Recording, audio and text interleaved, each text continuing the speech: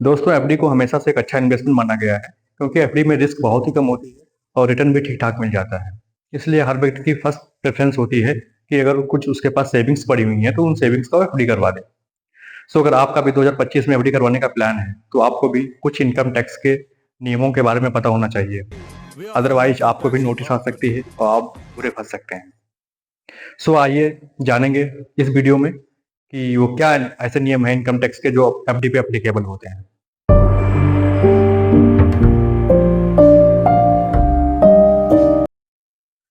तो नमस्कार दोस्तों, मैं हूं सी रोहित और आप सभी का स्वागत है मेरे यूट्यूब चैनल फिनटेक्स नॉलेज पे। तो दोस्तों, कुछ ट्रांजेक्शन्स हमारे ऐसे होते हैं जो रिपोर्टेबल ट्रांजेक्शन्स होते हैं, जिनको इनकम टैक्स डिपार्टमेंट को पता होता है कि हमने वो ट्रांजेक्शन्स किए हैं। एफडी भी उन्हीं ट्रांजेक्शन्स में से एक है। तो आज के वीडियो में हम सिर्फ एफडी के बारे में बात करने वाले हैं, बाकी जो ट्रांजेक्शन्स हैं उनकी बात किसी और सेपरेट वीडियो में कर लेंगे। तो आपके दिमाग में ये क्वेश्चन आ सकता है कि इन ट्रांजेक्शन्स की डिटेल कौन प्रोवाइड करता है डिपार्टमेंट को। तो मैं आपको बताऊं कि bank, post office, NBFC and property registrar, इनको इनकम टैक्स डिपार्टमेंट ने एक रिस्पॉन्सिबिलिटी सौंप रखी हुई है कि अगर आपके यहाँ कोई भी फाइनेंशियल ट्रांजैक्शन जो रिपोर्टेबल है होता है तो आप उस ट्रांजैक्शन की डिटेल मेरे तक पहुंचाओगे और पैन के माध्यम से वो डिटेल डिपार्टमेंट को आसानी से पहुंच जाती है। सो डिपार्टमेंट क्या करता है? डिपार्टमेंट उन इंफॉर्मेशन के बेसिस पे आपका रिकॉर्ड चेक करता है कि आपने डिपार्टमेंट के पास आईटीआर फाइल किया है या नहीं फाइल किया है। फाइल भी किया है तो इनकम कितनी दिखाई है, आप जो खर्चे कर रहे हो, जो ट्रांजेक्शन कर रहे हो, वो ट्रांजेक्शन उस इनकम से मैच कर रहे हैं या नहीं। अगर डिपार्टमेंट को लगता है कि नहीं कुछ तो गड़बड़ है तो उस केस में फिर आपको नोटिस इशू करेगा।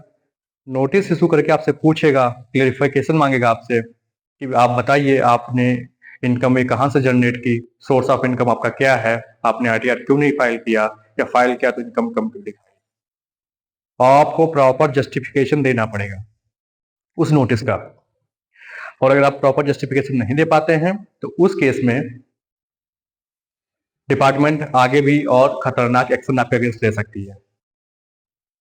और अगर आप प्रूव हो गया कि आपने टैक्स इवेजन की कोशिश की है, मतलब टैक्स चोरी करने की कोशिश की है, तो वहां आपको पेनल्टी भी लग सकती है सेक्शन 270A की।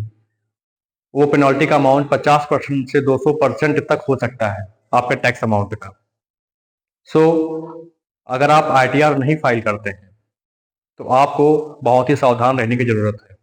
आपको इन बातों को अपने दिमाग में रखना जरूरी है कि कभी भी डिपार्टमेंट आपको नोटिस दे सकता है अगर आप ट्रांजेक्शन्स करते हैं किसी भी साल में।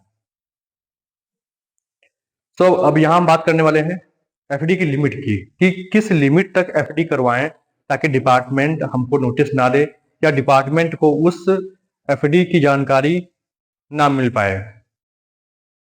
तो यहाँ पे एक लिमिट दी है 10 लाख रुपए की। अगर अप टू 10 लाख, 10 लाख रुपए तक अगर आप पूरे साल में एफडी करवाते हैं, ये लिमिट है, ये एक सिंगल बैंक की है, आप मल्टीपल बैंक में भी करवा सकते हैं, बट ये एक इंडिविजुअल बैंक की लिमिट है 10 लाख रुपए की। तो अगर आप 10 लाख रुपए तक एफडी पूरे साल में करवाते हैं तब कोई दिक्कत नहीं है। 10 लाख रुपए से अगर ज्यादा की एफडी करवाते हैं तब दिक्कत वाली बात है। तब आपके इस एफडी की जानकारी डिपार्टमेंट को पहुंच जाएगी और डिपार्टमेंट फिर उसके आधार पे आपको नोटिस इशू भी कर सकता है, मे भी ना भी इशू। अगर आपका रिकॉर्ड पूरा क्लीन है, आप टाइम पे आईटीआर भरते हैं, तब डरने की कोई बात नहीं है। और अगर नहीं भरते हैं तो डरने की बात है, तब आप उस केस में नोटिस आ सकती है आपको। तो ध्यान में रखें, अब अगर एफडी करवाने जाने का प्लान आपका है, एफडी करवाने जा रहे हैं, कि 10 लाख रुपए से ऊपर की एफडी ना करवाएं, उसको अवॉइड करें।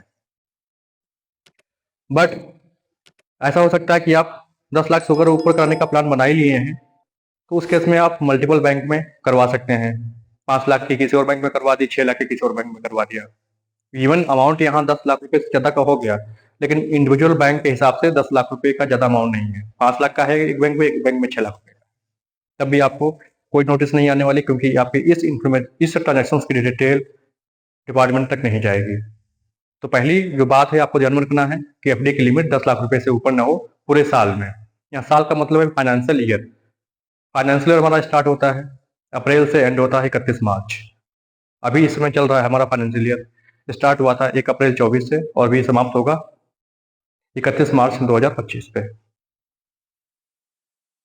तो एक हो गई लिमिट वाली बात। दूसरी बात मैं बता दूं, जो इंटरेस्ट इनकम होती है, उस इंटरेस्ट इनकम पे भी डिपार्टमेंट टीडीएस काटती है, अगर एक टीडीएस आपका एक लिमिट से ज़्यादा हो गया।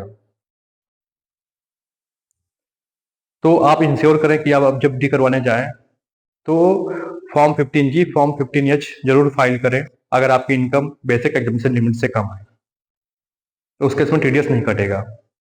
तो ये दो महत्वपूर्ण बातें हमने बताई एफडी के संबंध में, जो आपको ध्यान में रखनी है अगर आप एफडी करवाने का प्लान कर रहे हैं। तो दोस्तों, अगर आपको मेरा वीडियो अच्छा लगा हो तो प्लीज़ लाइक जरूर कीजिएगा, और अगर आप मेरे यूट्यूब चैनल पर नए हैं तो प्लीज़ सब्सक्राइब, क्योंकि यहाँ आपको मिलने वाली है ऐसे ही बहुत सारी फाइनेंस और टैक्स से संबंधित जानकारी होगी आसान सी भाषा। So thank you so much.